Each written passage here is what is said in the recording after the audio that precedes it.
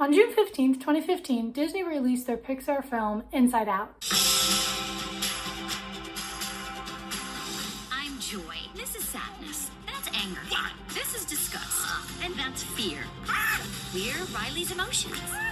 Our protagonist, Riley, is mainly controlled by joy. Her mother's main emotion is sadness, which may hint towards depression, and her father's main emotion is anger, maybe hinting towards an anger issue. And as soon as I saw that, I realized that my main control panel emotion would be sadness. And for numerous reasons, / trauma as a child, I was very sad and angry, like since the beginning of time. I hated small talk. I hated people even saying good morning to me. When people would say good morning to me, I would have to fight back, saying, oh, well, that remains to be seen. I mean, now I understand that I fundamentally hate dishonesty, especially when it comes to emotions. I don't particularly like the performance of happiness and the performance you're often expected to give. Whenever people ask, oh, hi, how are you? They're not asking a genuine question. I'm expected to say, good, how are you? And if I tell you the truth and say that I'm not doing well, then I am now considered abnormal, or at least a downer. And growing up, I would wonder, why can't I just be normal? Why can't I just be happy? This sounds like an innocent question, but it assumes that the natural state of the human brain is happiness. And if you're not in that constant state of happiness, then there's something wrong with you. In Sigmund Freud's Civilization and Its Discontents, he explains that our lives seem to be rooted in pain coming from three sources: our own painful and mortal existence, the cruel and destructive aspects of the natural world, the reality that we must live with other human beings in a society. Freud says that because our instincts are for sexual gratification and the desire to kill, we created laws and society to protect the whole of mankind. So laws and conventions are necessary, but they seemingly clash with who we fundamentally are, which is why life is so frustrating. You're welcome. This is why. And as we continue to work in corporate environments, we think that this is just the way things have always been and will forever be, and nothing will ever change. But it's not until I dove into the history of industrialism that I realized that every single structure we have in our lives has been created by other fallible human beings hundreds of years ago. Normalcy, which we will later learn is really corporate idealism, is something created, learned, and passed down through generations. In Roy Richard Grinker's book, Nobody's Normal, he unpacks the stigma of mental illness in the United States. He writes, often called the Age of Conformity, post-World War II America was defined by a desire to follow traditional patterns of social life, including the division of labor between the female homemaker and the male breadwinner. Normal became a powerful ideological tool with which to stigmatize people whose adaptive capacities kept them from fitting in. In 1953, he told a journalist that the desire for normalcy in American society was the essence of neurosis. As he explained it, Americans were increasingly neurotic because they were unable to accommodate change and diversity. In one sense, I can understand why some people are traditionalists. It seems like a very organized lifestyle.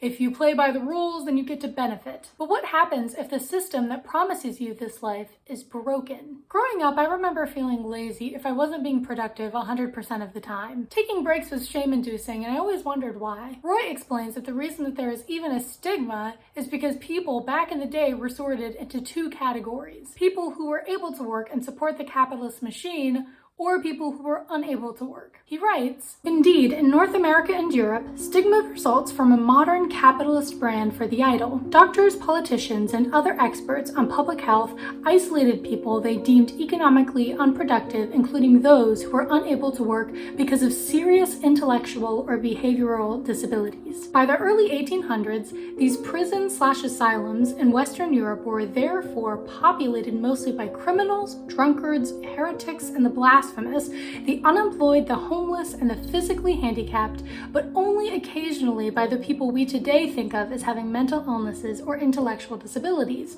The only thing the residents had in common was that they didn't work.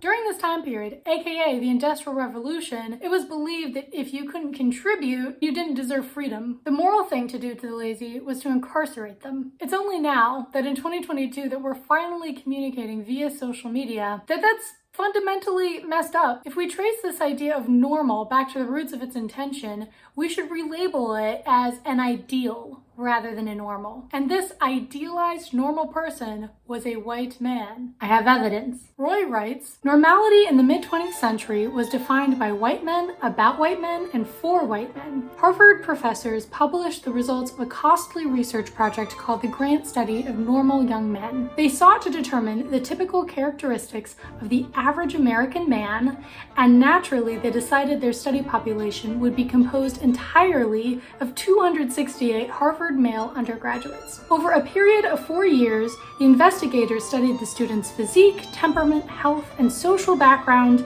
in order to figure out their typical balance of features. To no one's surprise, the normal man was young, white, native-born, intelligent, and physically fit, just as one might have expected of the male Harvard student in 1945. These men embodied normality because the investigators had decided ahead of time that the elite group to which they belonged would represent the normal. That is some tasty information. The traditional American dream of a white picket fence, perfect marriage, and 2.5 kids is becoming outdated in 2022, especially with inflation. As someone who just moved to a city with a limited budget, it's hard to make friends without a specific amount of money each month. There's often a $10 cover fee just to get through the door, and that's not counting appetizers and drinks, parking fees, and tips. Even just staying home and watching movies on Netflix costs a monthly fee. And as advertisers started to realize that this traditional American lifestyle was no longer feasible for the modern average American, they realized that they had to get creative, which makes sense. Because that's what advertising agencies do, and that's what we all learn from Mad Men. A deeper bond with the product. Nostalgia. And because the system is designed in order for us to work, to eat, to live, everything comes at a price. And the new version of this idealized American lifestyle is advertised to us as an ideal, not a reality. The people that you see on TikTok teaching you how to make a passive income, they're not just there to help you out of the goodness of their hearts, though some of them are. A lot of them are there to sell a product. They're there to make money, and who can blame them? And I would theorize that people aren't advertising all of this because they want to. It's because they have to in order to survive. We're turning our lives into a paid performance. Everything has an audience now. Social media, it's just the market's answer to a generation that demanded to perform. So the market said, here, perform everything to each other all the time for no reason. It's prison. It's horrific. It is performer and audience melded together. What do we want more than to lie in our bed at the end of the day and just watch our life as a satisfied audience member? And now we're encouraged to make peace with our loneliness,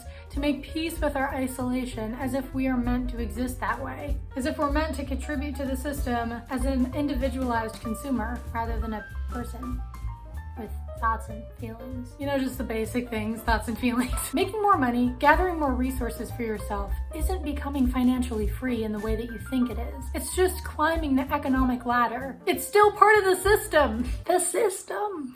I don't know. It's probably not that dramatic, but like, people are being exploited left and right, so maybe it is that dramatic, I don't know. And while this advertised normalcy was originally meant to organize and uplift us into one community, it's done exactly the opposite. It's made us feel like we're not good enough as we are, and like we need to buy something or buy into something to be complete. And I wish that people could have time, not make time, but have time. Have time for things that are just interesting and beautiful and funny, because there's so much of it and we just have our time constantly stripped from us. There are all these like ridiculous time for things that genuinely interest us, things that are beautiful and funny, because there's so much of that out there, but we are constantly stripped of time that would